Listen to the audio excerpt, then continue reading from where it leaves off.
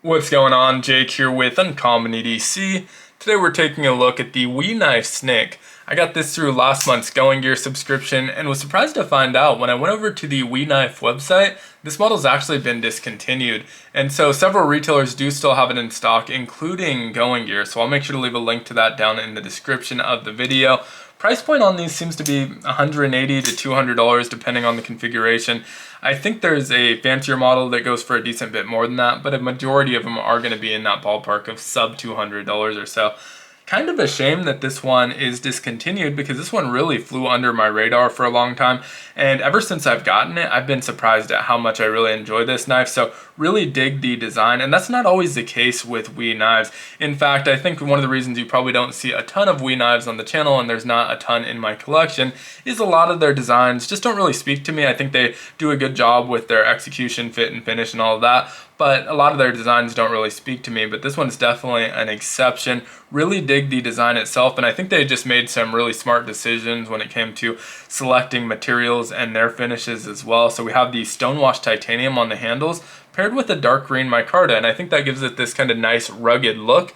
Pairs really well with that clip point style blade, which when I think of rugged knives, clip point blade shapes is one of the first blade shapes that comes to mind for whatever reason. Also have the stonewash on the 20 CV steel.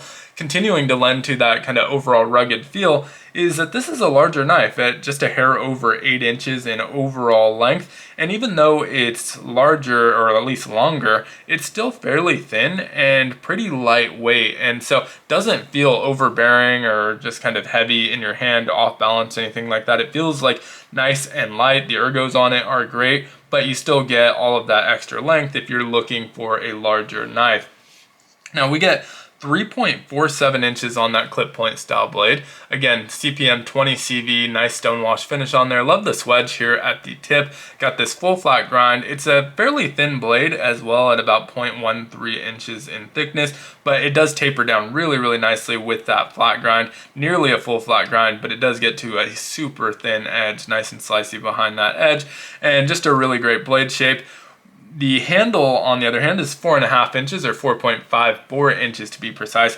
Plenty of real estate for that full 4-finger grip, fairly comfortable there as well. One thing that I really like about this knife is the oversized sharpening tool that allows me to creep up and get on top of that flipper tab. It gives these really excellent ergos. I love the hand position here. My thumb still lands nicely on that jimping, which is also really well done, and just feels great in my hand, incredibly well balanced here. So love that. And that was something that's a little bit surprising because a lot of times you lose that with flipper knives. And if you've noticed, this one does have that flipper tab. You'll also notice that it's pretty subtle. So it's not sticking out too far over here. It is sticking out enough that you can get your access to it, but not sticking out too far. And you'll notice when we open it up, it nearly disappears into the handle. Not quiet, but nearly does disappear, and it kind of follows the shape at the handle at least. And so you don't really notice it in either grip. If you're staying back here, it's fine. And I can kind of sit on top of that flipper tab, creep in front of it for that forward grip that I enjoy. And either way, it's really comfortable and unobtrusive. The only place it kind of still gets in the way, which can be a little bit annoying, is if you access that frame lock a little bit too high, the first thing that's going to hit is that flipper tab, which I always find a little bit annoying. It's not like a big deal, but I just don't like the action when it kind of stops a 1/4 of an inch after you push the frame lock. You can avoid that though by just going further down on the frame lock, and since it's such a subtle flipper, it doesn't hit when you move a little bit further down, and you have plenty of access to that frame lock. You can see it protrudes a little bit outside of the handles, but very subtly, just enough where you can catch it. There's no jimping or anything like that on there, but just enough to catch it, and it is really easy to actuate that lock. As far as the flipper itself goes, this is on ceramic ball bearings, ultra smooth. I will say the detent is probably a little bit heavier than it needs to be on mine. I haven't adjusted it at all because it's still perfectly manageable, and I actually quite enjoy it. Still find it very enjoyable even with that heavier detent. But you do have to put a little bit more pressure than I expected on that flipper tab. Part of it is that it's kind of that subtle flipper tab, so there's not as much pressure to push on, and it doesn't stick it out as far, which would give you a little bit more leverage. But it does still have a very satisfying action, and I don't think I'm going to adjust it. It's a little bit heavier than I was expecting, or probably than it needs to be, but it still feels great and ultra smooth. You can see that drops really, really smoothly as well, especially once you get out of the way of that flipper tab. Single shake to get it shut, and so all just really, really well done.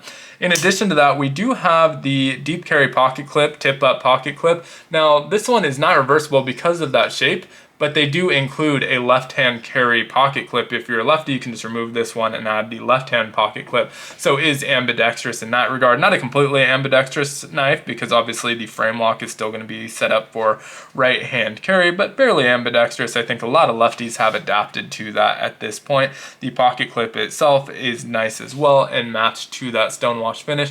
I haven't looked that much at the other configurations. I don't know if they have non-stonewashed finish and if those are matched to the titanium as well. I would imagine that that's the case. So nice jimping on that flipper tab as well. I don't know that I really showed that off, but just enough. It's not as aggressive as the jimping on the spine, which I find to be just a perfect level of jimping, where it's grabby but not overly aggressive, where it's almost uncomfortable. And so really like the jimping here. The jimping on the flipper tab is a little bit more subtle, which is kind of to be expected because you don't need it to be quite as grabby as the jimping on the spine of the knife. But again, ergos on this are excellent. 20 CV on the steel and pretty lightweight. For an 8-inch knife, this one only weighs about 3¼ ounces. So still fairly lightweight, feels great in the hand and really well balanced. And because it's such a large knife with such a low weight, it just feels very like nimble in hand, even though it's a longer knife. So really enjoyed that aspect of it as well. Love the look of this. I think they knocked this one out of the park. Gonna have to look at who the designer is. It's